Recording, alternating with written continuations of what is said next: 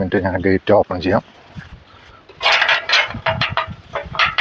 പണ്ടത്തെ പണ്ടുണ്ടായിരുന്ന വീട് അതോടെ പൊളിച്ച് കഴിഞ്ഞ് ഇവനോട് ഷെഡും കാര്യങ്ങളും വെച്ചു.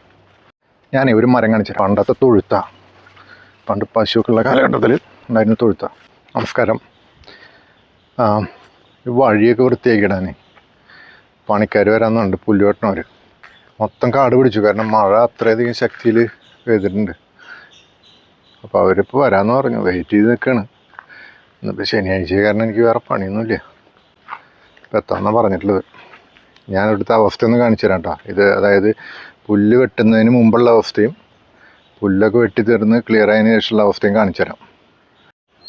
ഇതാ റോഡ് കണ്ടില്ലേ, റോഡ് കണ്ടു കഴിഞ്ഞ് ഇതെൻ്റെ ഇവിടെ പഴയ വീടുണ്ടായിരുന്നു പണ്ട്, അങ്ങോട്ട് പോകുന്ന വഴിയാണ്.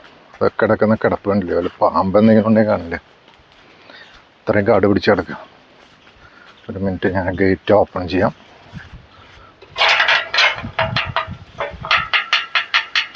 പണ്ടത്തെ പണ്ടുണ്ടായിരുന്ന വീട് അതോടെ പൊളിച്ച് കഴിഞ്ഞ് ഇവനോട് ഷെഡും കാര്യങ്ങളും വെച്ചു. ഇതെല്ലാം പോയിട്ട് കാണിച്ചുതരാം. ഇനി ഇത് പണ്ടത്തെ തൊഴുത്ത, പണ്ട് പശുക്കുള്ള കാലഘട്ടത്തിൽ ഉണ്ടായിരുന്ന തൊഴുത്ത. കഴിഞ്ഞ 4 കൊല്ലം മുന്നേ വരെ ഞാൻ പശുവിനെ കൊണ്ടുവന്നു, പക്ഷെ ഇപ്പോൾ പറ്റില്ല. ഇനി തീരെ പറ്റാത്തൊരവസ്ഥയും നമ്മുടെ ജോലിയും പശു വളർത്തലും എല്ലാം കൂടി നടക്കണില്ല.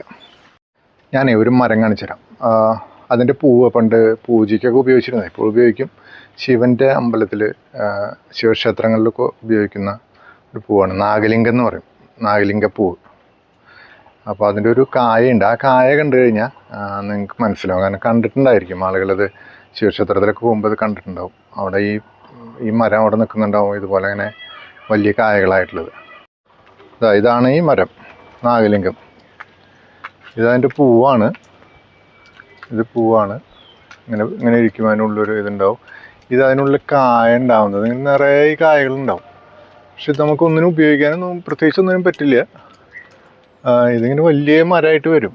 ഇതിൻ്റെ കായ ഇങ്ങനെ കൊഴിഞ്ഞു വേണ്ടിയിട്ടുള്ള കായകളാണ്. അങ്ങനെ പുല്ലുവെട്ടുകാർ വന്നു, ഒരു വഴി ക്ലീൻ ചെയ്തിട്ടുണ്ട്. നമ്മുടെ വഴിയൊക്കെ അവർ ഇവിടെ വഴിയൊക്കെ ക്ലീൻ ചെയ്തിട്ടുണ്ട്.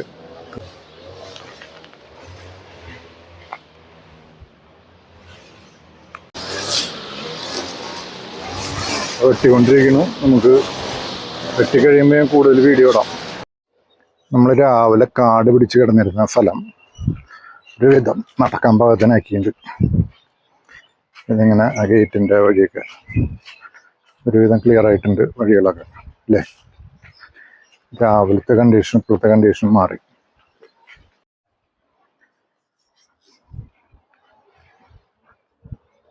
ഇവിടെയൊക്കെ തൊഴുത്തിൻ്റെ സൈഡ് നമ്മൾ രാവിലെ കണ്ടത്, ഇവിടെയൊക്കെ ഒരുവിധം ക്ലീനായി.